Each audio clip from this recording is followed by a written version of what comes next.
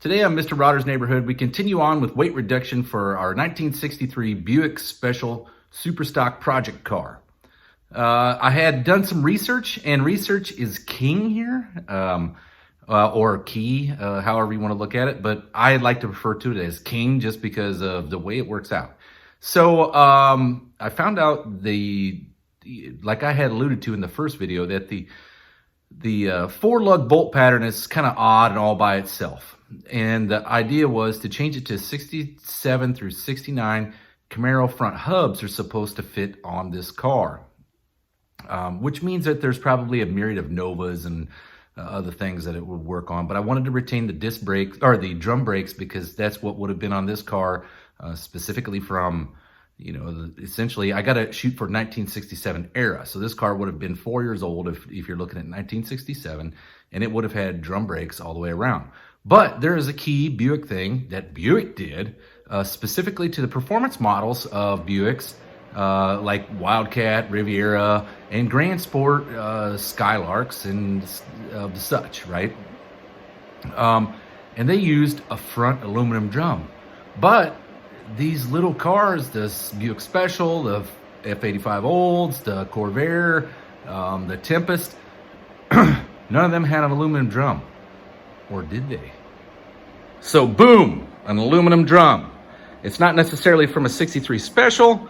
It is actually from a Grand National. There was also Camaros and Firebirds and S10s that had the same drum on them that was an option through General Motors. But through some research, I found out that the brakes are actually the same exact size brakes. And so I thought, well, let me give it a try. I bought a couple of ragged out aluminum drums at the Buick Nationals for $65 for the whole pair. Now it may seem kind of high, a little steep for some used drums, but they are aluminum and they're kind of sought after. And replacement ones are $200. So I figured for something that you're going to try it out to see if it's going to work, why not, right? I mean, I could probably sell them again for $65. But so as you can see there, it has a 5-on-4 lug or a 5-on-4 3/4 lug pattern that's meant specifically for GMs. And like I said, the 67 to 69 Camaro front hub is 5-on-4 3/4. It's supposed to actually fit on this car. So I will find out, because I'm going to order a set of hubs now that I have test fit these drums here, and I wanted to make sure they're going to fit. So all I did was I pulled the original drum off, I knocked the 4 lugs out, and it doesn't really matter how it fits on there. Essentially, I'm just going to center it up and then use the 5 lugs for how it retains it. So no big deal. And the hub itself, worst case scenarios, I could probably re-drill that hub with a 5-on-4 3/4 bolt pattern. And since it's, that hub itself is not a drive wheel, it won't really matter. But I'm just going to go with some new Camaro hubs.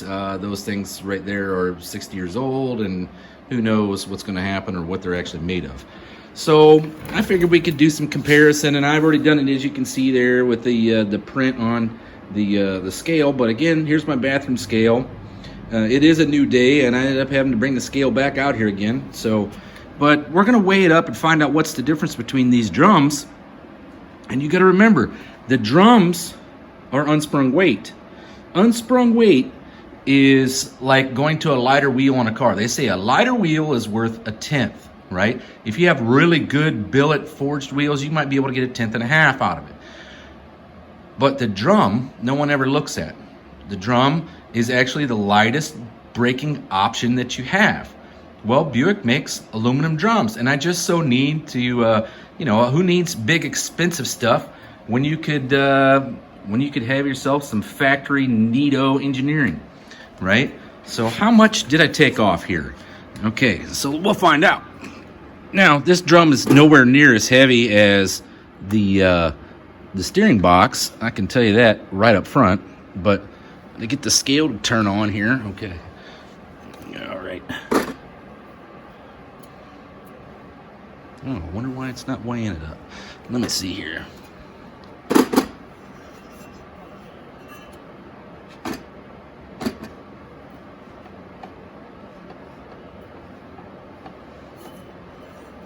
We might have to just fudge this a little bit.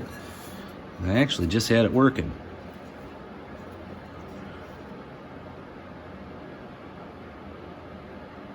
All right, so we're at 13.6 pounds.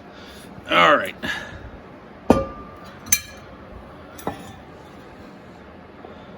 Here's the aluminum drum.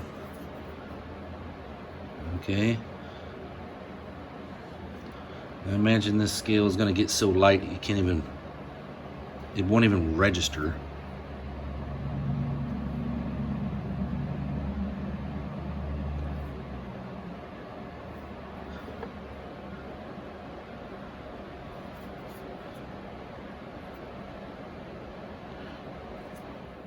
Okay, well, I'm going to go on a limb and I'm going to say this is probably 5 pounds, okay? And I'm sure that this bathroom scale is not accurate enough to weigh something that little. It was never intended to weigh something that weighed 5 pounds. But if anything, we're probably going to save 8 to 10 pounds of rotational, which would be unsprung weight off the front of this car, okay? Now, that doesn't mean that these are the only set of aluminum drums I'm going to use, but I'm going to use this engineering to my advantage because they're considerably lighter than disc brakes. And they didn't make disc brakes for this car. You actually have to cobble some stuff together off of like a G-body to make it work. Why not just use the G-body rear drums? You're stopping in a straight line, you're not stopping a whole bunch of times, and it's going to dissipate heat probably twice as fast as the cast iron drum. So if we're saving 8 to 10 pounds, that's a total of 16 on just the front. And so that's the minimum weight, you know, it's actually that I'm assuming that it is, because the bathroom scale can't even weigh it. So there's another 16 pounds off the front. If you're keeping track, what's that? 32 pounds? 32 pounds total I've taken off. And all we did was replace it with aluminum pieces that you pretty much buy from the junkyard. All right, well, that's all I got for you today. I'll see you later.